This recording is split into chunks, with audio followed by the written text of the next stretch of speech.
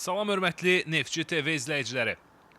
Neftçi futbol mərkəzindən hər birinizi salamlayıram. Bugün Neftçi Səbaillə üz-üzə gəlir. Heyətlərlə tanış ola bilərik. Başlayaq əvvəlcə meydan sahiblərindən. Komandamızda qapını 1 nömrə Səyid Bayramov qoruyur. 3 komandanın kapitanı Emil Quliyev. 14 Sübhan Həziyev. Qonaqların heyəti isə bu cürdü qapını 1 nömrə komandanın kapitanı Maksim Adamov qoruyacaq. 15 Murad Abbasov, 8 Yusif Kərimov, 5 Riyad Bakerov, 18 Yusif İsmailov. Fit səslənir və maç başladı. Neftçiyə uğurlar. Ötürmə cərimə meydançasına Sübhan Həziyev. Daha bir ötürmə Murad Hacıyev və gol! Murad Hacıyev 15-ci dəqiqədə Neftçi Səbail qarşılaşmasında. Həziyevdən irəli ötürmə əla alınır. Sultan Orucov cərimə meydançasında. Sultan və gol! 2-0. Orucov bu nöqtələri sevir.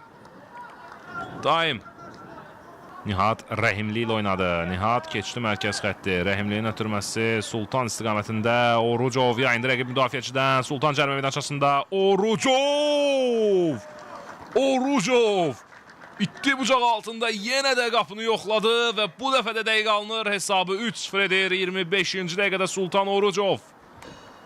İndi bu hücumu izləyək. Ayaz Kəlbəliyev topu qapıdan keçirir. Biz təkrarı izləyərkən Neftçi 4-cü qolu vurur. Ayaz Kəlbəliyev fərqlənir.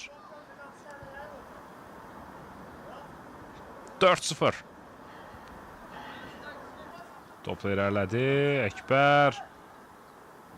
Daha bir ötürmə Murad istiqamətində uzaqlaşdırırlar topu. Sağcaqdan Muhammed. Ötürməsi qapı qarşısına. Əkbər zərbə indirir. Əkbər. Nağıyev. 47-ci dəqiqədə hesabı 5-0 etdi. Saxlamadan zərbə indirdi, hətta topun qapıdan keçib keçmədiyini də. İndi Səbailin həmləsi təhlükəli ola bilər. Vahab Kərimzadə çatdı topa, ötürmə qapı qarşısına. Avtogol.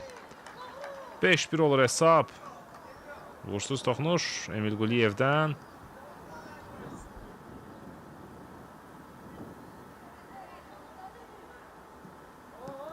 İndi ötürmədə səhv və 5-2 olur hesab. Son dəqiqələrdə sanki bir qədər hesabın verdiyi arxayınlıqla artıq komandamız ilk hissədəki oyunu göstərmir və artıq 5-0'lıq üstünlüyümüz, 5 top fərqi ilə olan üstünlüyümüz yenidən 3 topa enir. Bit səslənir. Hacıyev topa yaxınlaşır. Muraddan ötürmə qapı qarşısına. Başla uzaqlaşdırırlar.